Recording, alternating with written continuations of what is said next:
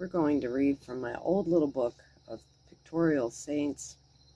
For those that are misled to believe that Catholics worship saints, that is not true. It would be no different than you remembering the anniversary death of a loved one who was a great champion of the faith. That's basically what the Catholic Church does.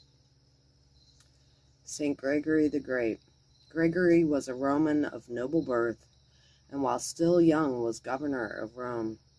On his father's death, he gave his great wealth to the poor, turned his house on the hill into a monastery, which now bears his name, and for some years lived as a perfect monk.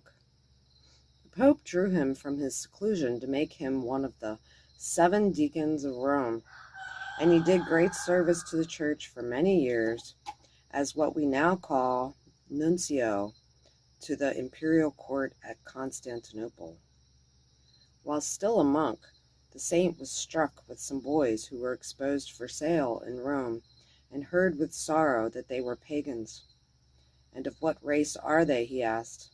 "They are Angles, worthy indeed to be angels of God," said Gregory. "And of what province?" "Of Dara," was the reply. "Truly must we rescue them from the wrath of God.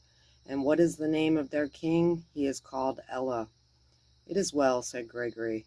"Hallelujah must be sung in their land to God." He at once got leave from the Pope, and had set out to convert the English when the murmurs of the people led the Pope to recall him. Still the Angles were not forgotten, and one of the saint's first cares as Pope was to send from his own monastery St. Augustine and other monks to England. On the death of Pope Pelagius II, Gregory was compelled to take the government of the Church, and for 14 years his pontificate was a perfect model of ecclesiastical rule. He healed schisms, revived discipline, saved Italy by converting the wild Arian Lombards who were laying it waste, aided in the conversion of the Spanish and French Goths, who were also Arians, and kindled anew in Britain the light of the faith, which the English had put out in blood. He set in order the Church's prayers and chants, guided and consoled her pastors with innumerable letters, and preached incessantly, most effectually by